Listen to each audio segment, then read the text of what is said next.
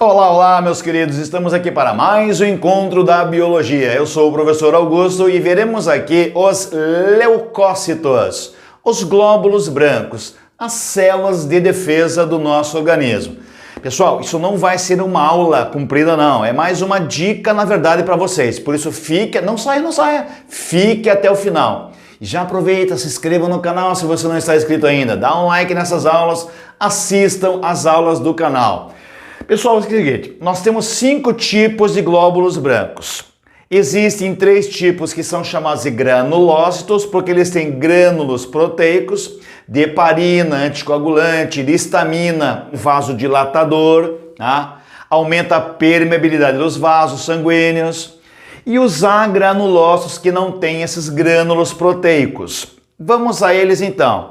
3 tipos, aqueles que têm grânulos e os 2 que não têm. Os mais abundantes, porque pessoal, acontece assim, ó, nós temos num ml de sangue, no milímetro cúbico de sangue, por milímetro cúbico, nós temos entre 4 e 4.500 por aí, glóbulos brancos por milímetro cúbico, a cerca de 11.000 glóbulos brancos por milímetro cúbico de sangue, tá? 6.000, 7.000 ali é uma boa defesa. Então essas células de defesa, dos 2 tipos, granulócitos e agranulócitos, são divididas assim, ó. Primeira coisa, saber que as 2 mais abundantes são as 2 da ponta que eu coloquei aqui, tá? O neutrófilo constitui cerca de 60% a 70%, veja isso no hemograma, no exame de sangue seu, tá? Dos glóbulos brancos. Então, pessoal, ele tem aquele núcleo trilobado, isso que eu queria falar bem para vocês. O glóbulo branco neutrófilo tem um núcleo em 3 partes, o basófilo já não, tá? O eosinófilo já tem 2 partes aqui, ó, bilobado. E esse glóbulo branco neutrófilo, pessoal, é aquele que atravessa a parede do vaso, tá? Que ele faz aquela diapedese, porque ele não faz a fagocitose dentro da corrente sanguínea. Ele faz a fagocitose quando ele atravessa a parede do vaso e chega até o tecido conjuntivo para fagocitar vírus, bactérias, protozoários, tá? Então ele tem uma alta capacidade fagocítica. É uma célula, eu queria que você soubesse isso aqui, ó. São os mais abundantes, núcleo trilobado, é granulócito, e faz a fagocitose fora do vaso sanguíneo, naqueles processos inflamatórios. Pessoal, essa é uma aula que fecha aquelas aulas de imunidade que eu dei no canal. Aquela imunidade inata que tem a ver com as inflamações, a imunidade adquirida, vou deixar no card aqui para vocês, que tem a ver com a produção de anticorpos. Então, fechamos essa dica especial sobre os glóbulos brancos aqui. Então, a fagocitose é um fagócito, é uma grande capacidade que realiza o neutrófilo ao atravessar o vaso, que é aquela diapedese, para fagocitar micro-organismos. Beleza? Então tá. Eosinófilo, pessoal, é uma célula importante também na realização da fagocitose, tá? Só que o eosinófilo, quando aumenta, então, esse aqui aumenta em processo inflamatório, porque se você tiver um aumento de glóbulo branco, você tem alguma inflamação, alguma parasitose, tá? Então, pessoal, o aumento disso aqui tem a ver com o quê? Tem a ver com os processos de alergia e com as verminoses, por exemplo, com as parasitoses de um modo geral. Então, eu queria que vocês soubessem que o eosinófilo tem uma relação muito grande com as alergias, tá bom? E também com as parasitoses, Assim como o basófilo, pessoal. O basófilo, o eosinófilo você tem entre 1 e 5% ali, tá? O basófilo é a célula em menor quantidade. Dá 1, no máximo 2%, pessoal, mas fala assim em torno de 1%, até menos que isso. É a menor quantidade de células sanguíneas, os glóbulos brancos que você tem, tá? O basófilo, ele aumenta também nas alergias, pessoal, ele tem uma grande relação com o processo alérgico, tá? Então, quando tem basofilia, é porque aumentou o número de basófilos em processos de alergia, em asmas, assim acontece muito o aumento de basófilo e também de eosinófilos. Tá?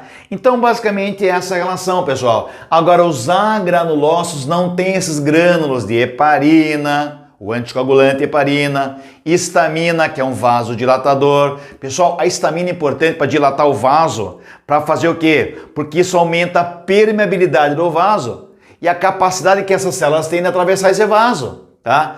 Como atravessa neutrófilo, como atravessa também monócito. Porque o monócito também tem uma grande capacidade fagocítica aqui, ó, fagocitose, só em processo inflamatório.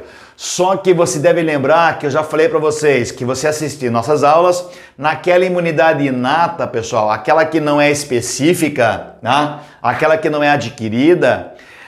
O monócito, na verdade, ele se transforma, ele se diferencia nos gânglios linfáticos, naquela célula, naquele macro, aquele grande comedor, aquele fagócito, que é o macrófago. Ele se diferencia nas células micróglia, também no tecido nervoso, que fazem fagocitose.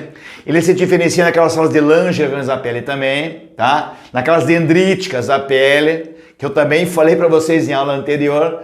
Mas não esquecer que ele se transforma, pessoal, num grande comedor, naquelas células do tecido conjuntivo que fazem a fagocitose.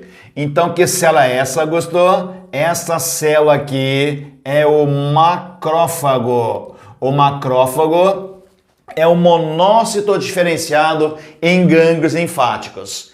E para fechar, meus queridos, o linfócito, que é a segunda célula mais abundante, você tem entre 26% e 32% aproximadamente, é aquela de imunidade específica, pessoal, adquirida, porque você produz anticorpos específicos contra certos antígenos. E quem produz?